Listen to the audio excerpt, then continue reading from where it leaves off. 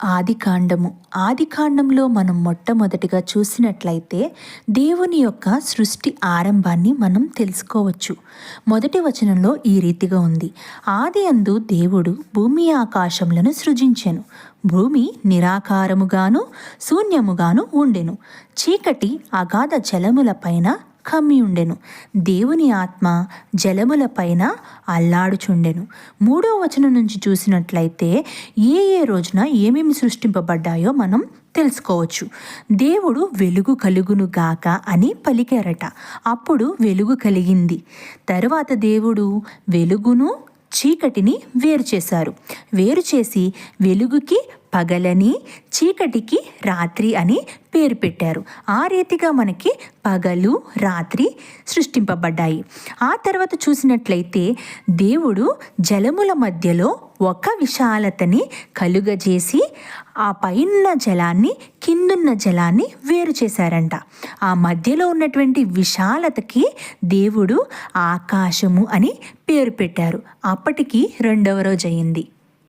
ఆ తర్వాత దేవుడు క్రిందున్న జలానంతటినీ కూడా ఒక చోటకి చేర్చినప్పుడు అక్కడ ఆరిన నేల కనబడింది. ఆ ఆరిన నేలకి దేవుడు భూమి అని పేరు పెట్టారు. ఆ చేర్చబడిన జలానికేమో దేవుడు సముద్రము అని పేరు పెట్టారు. అక్కడ తరువాత దేవుడు గడ్డిని విత్తనములిచ్చు చెట్లను భూమి మొలిపించును గాక అని పలికినప్పుడు ఆ భూమి మొలిపించింది. అప్పటికి 3వ రోజు అయ్యింది. దేవుడు పగలుని రాత్రిని వేరు చేయటానికి, కాలాలను దిన సంవత్సరములను సూచించటానికి 2 జ్యోతులను సృష్టించారు. పగలను ఏలటానికేమో పెద్ద జ్యోతి అనగా సూర్యుడు, రాత్రిని ఏలటానికేమో చిన్న జ్యోతి అనగా చంద్ర నక్షత్రములను సృజించారు.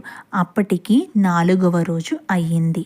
తరువాత దేవుడు సముద్రములో జీవులను, ఆకాశములో పక్షులను కూడా కలుగజేశారు. అది 5వ రోజున. ఆ తర్వాత దేవుడు పశువులను, పురుగులను, అడవి జంతువులను సృష్టించారంట. తరువాత తన పోలిక చొప్పున ఒక నరుణ్ణి సృజించాలని ఉద్దేశించి స్త్రీగాను పురుషునిగాను వారిని సృష్టించారంట.